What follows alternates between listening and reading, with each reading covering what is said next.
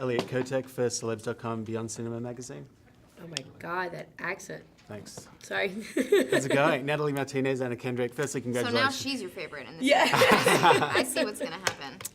Damn it! Didn't get in fast enough. So firstly, congratulations on the film. It really is a pretty powerful piece, and I know everyone really loves it out there. What was it, you guys, with these guys who kind of live on the edge of mortality? I mean, you experienced it with Joseph Gordon-Levitt as well in 50/50. Like, these guys are kind of on the edge. So what do you have a new kind of respect for the police force, for people who do these kind of jobs?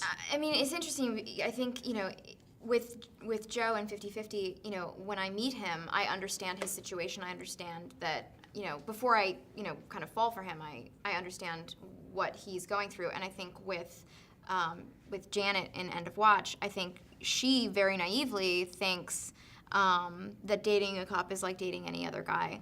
And it's not until she meets, the rest of the family, when she meets Natalie's character and Michael's character and, enters that world, that she realizes that, this is more than just a job, and that the guy that she's kind of already falling for, she's going to have to be a really, really strong person, a really strong woman to be the woman who starts a family with somebody who puts their life on the line. Yeah. Do you have you met people like that? Do you know people like that? I mean, our director David Ayer, he does not put his life on the line when he makes films. No. But I realized, I think, kind of after the fact, and it was kind of subconscious, that meeting his wife was it felt to me the way that Janet probably felt meeting Gabby, Natalie's character.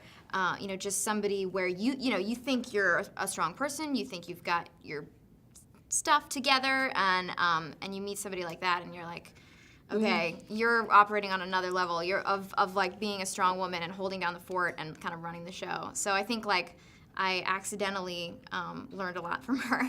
And Natalie, you've been on both sides of this. You've played a detective a couple of times Yeah, as well. yeah. So was it cool kind of flipping the switch on that? It is. It's definitely less demanding. I didn't have to go through all that training as well, and which is always fun. I'm a really big fan of doing all that kind of stuff. But, this side of it was really emotional because you kind of, I don't know, they are very strong women, and I feel like to be married with someone who puts yourself on the line all the time like that, and not knowing whether they're going to come home or not, and not knowing whether or how they're going to come home. Like, what was it they saw that day that maybe put him in a bad mood or maybe made him feel a certain way?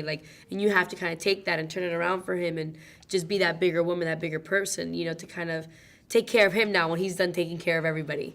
That definitely has those strong qualities of the wife of a cop. And having the little cameras on set as well, they were basically shooting everything all the time. I mean, you both live life pretty much in the media spotlight now because of projects you've done. And I mean, is it just a matter of fact now that you got to assume that everything you do is being taped?